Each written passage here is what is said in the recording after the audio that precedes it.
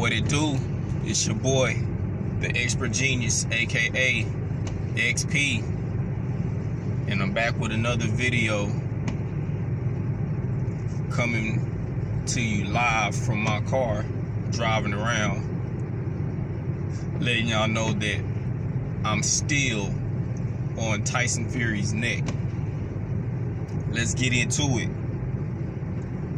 Now, I'm hearing a lot of people, still coming out the woodworks, coming out from under the rock they was living under, beating their chest that Deontay Wilder lost, saying that he's a bum. Some of you UK fans saying he's a dosser and all that kind of stuff. And some of you AJ fans is talking about how Deontay Wilder is a bum. He lost to Fury. He needs to go ahead and retire. He's done. I want to remind you, who did Deontay Wilder lose to again? Tyson Fury? Who did Anthony Joshua lose to again? Andy Ruiz. And I'm an Andy Ruiz fan, but so what you're trying to tell me right now is Andy Ruiz is on the same level as Tyson Fury. Because y'all say that Tyson Fury is the best boxer on the planet when it comes to the heavyweight division. He's the best thing since Muhammad Ali.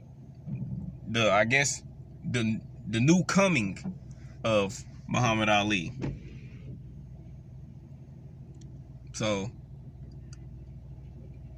Wilder loses to the so-called best heavyweight, and he's done. And AJ loses to a fighter who's not on Tyson Fury's level, but Joshua isn't done. See, that's the double standards and the hypocrisy in some of you bandwagon fans. Let's get into this.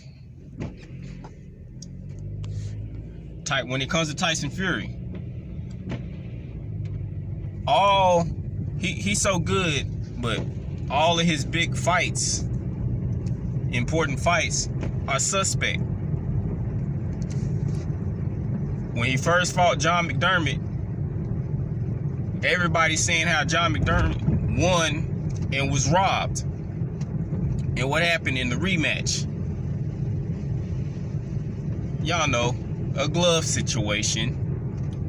John McDermott, a few years ago, in an interview, released that, how he said that his own promoter or manager or something like that sold him out for $5,000 to let Tyson Fury wear some gloves that wasn't even approved.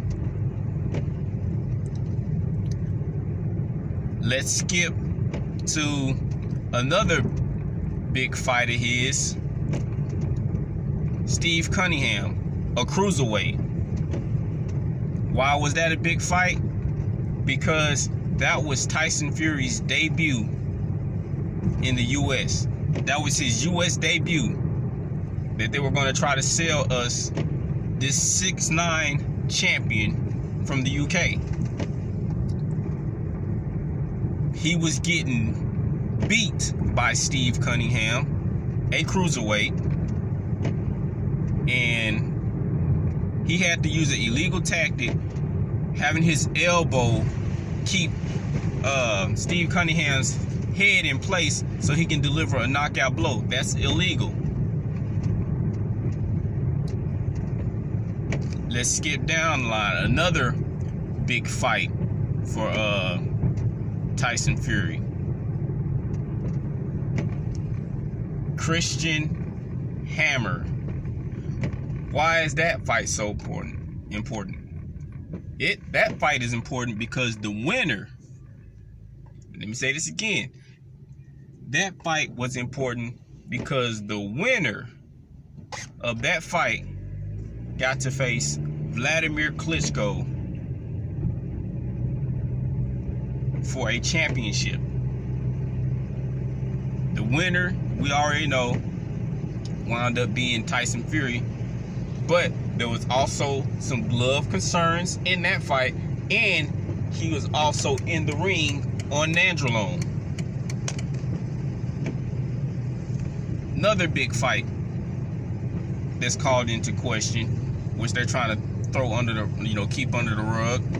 The Vladimir Klitschko fight itself. Still having Nandrolone and having cocaine in his system. He wins that fight. Then he has 2 more big fights, and those against Deontay Wilder. In both fights, he had glove issues, and in the second fight, not only did he have glove issues, but he was putting Wilder in guillotine chokeholds. He tripped him when he hit him in the body, which caused the second knockdown. I think I already said hit him behind the head.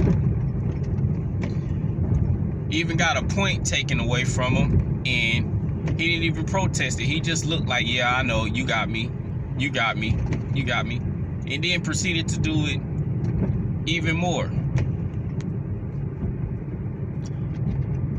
Some other big fights. Let's do some honorable mentions. Both Derek Chisora fights. Yeah. Both Derek Chisora fights. I heard in the rematch he had some glove issues off in that. Another honorable mention, Otto Wallin. Y'all said, you're probably like, how's that a big fight? Well,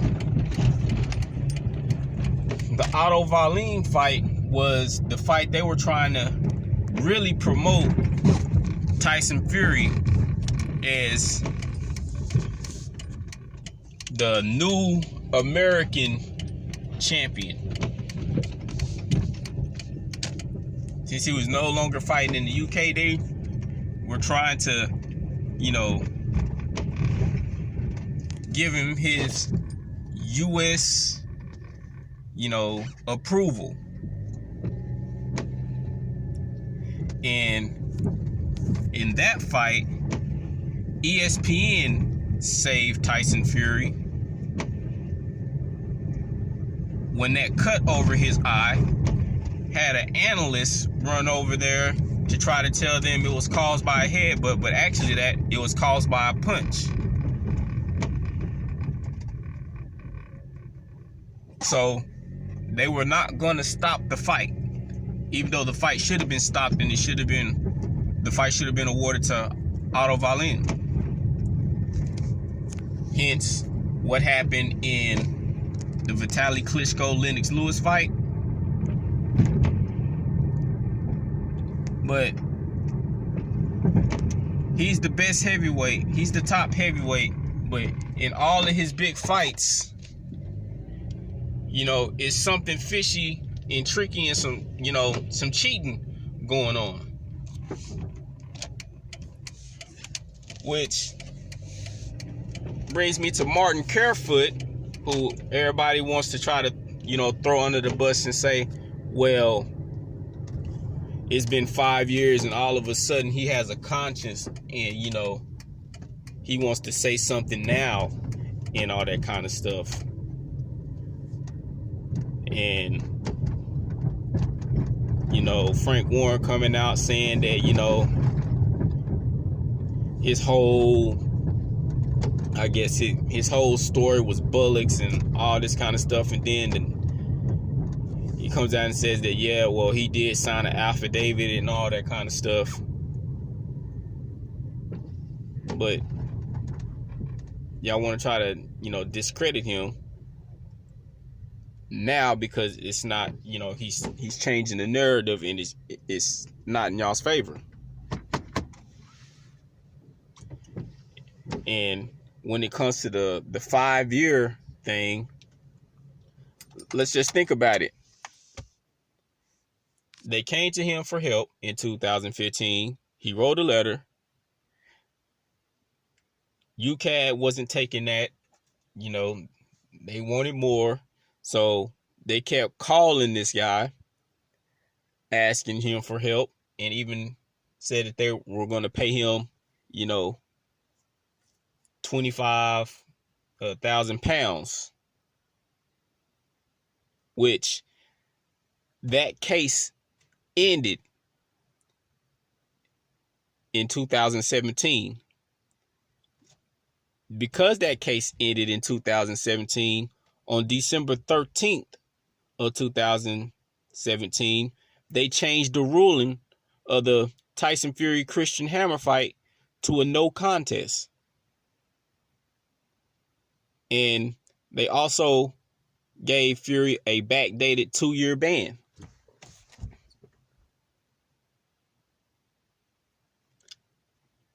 And I said that to say this: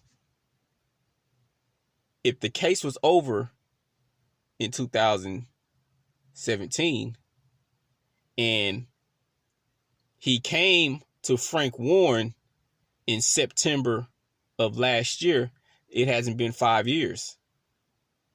Plus, he said he's been, he hadn't been paid. So in all reality, when the case was done in 2017, he's only been waiting, because it hasn't been 3 years.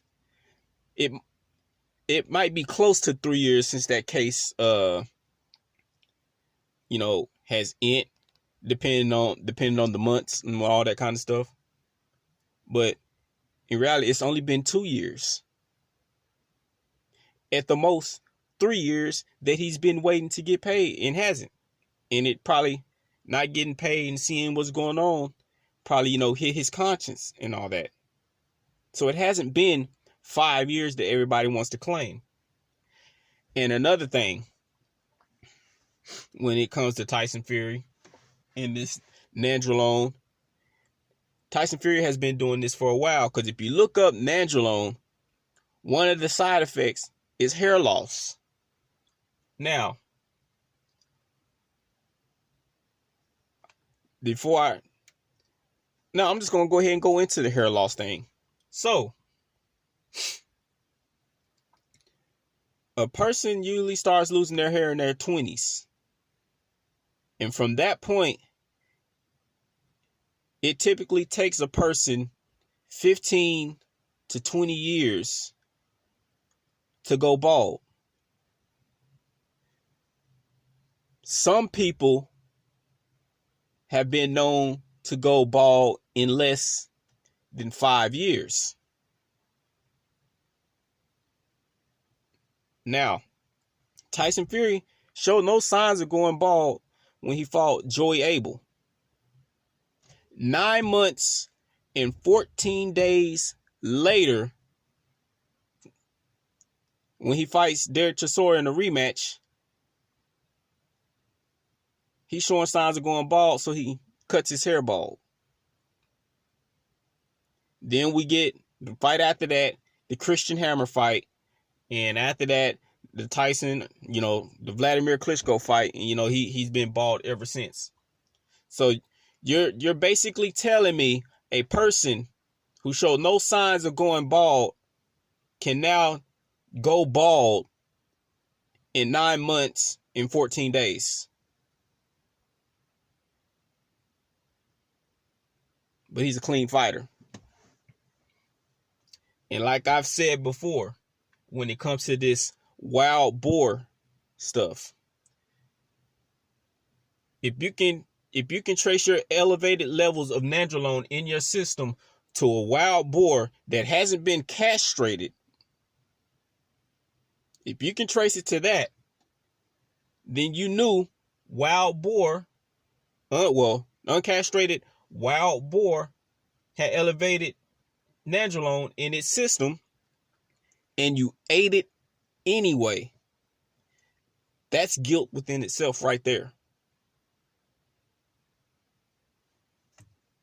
So when you get caught, all you can say is, "Oh well, I ate uncastrated wild boar." But like I said, if you pop dirty and you can trace it back. This go with Canelo too, and anybody that's used this excuse. If you're a professional athlete and you pop dirty and you can trace it back to something you ate, and you know it had something like that in it, you're guilty. Because not only did you know, you still ate it anyway.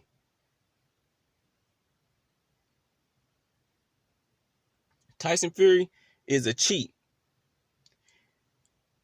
And I say he's good enough to beat Deontay Wilder without cheating. To me, it's a 50-50 fight. He's good enough to beat Wilder without cheating, and Wilder's good enough to knock his ass out. But in all his big fights, he had to have some kind of trickery to help him out. And I want to talk about who Deontay Wilder lost to in the amateurs and all that kind of stuff. Okay. Last time I checked, that guy was 14-0. He coming along slow, but he's doing pretty good for his career. And this person I'm about to name that beat Tyson Fury in the amateurs, I like him. He got a glass jaw, but I like him. But when I say his name, I want it to sink in, and I want y'all to think about it. Tyson Fury lost to David Price. Let that sink in. But this is your boy, the Expert Genius, aka XP. Just had to share my thoughts on this Tyson Fury stuff. And these, hypocrite bandwagon fans. Like I said, this is your boy, the Expert Genius, aka XP. Shout out to the mighty LDBC. Shout out to my boy, Young Pharaoh. And I'm out.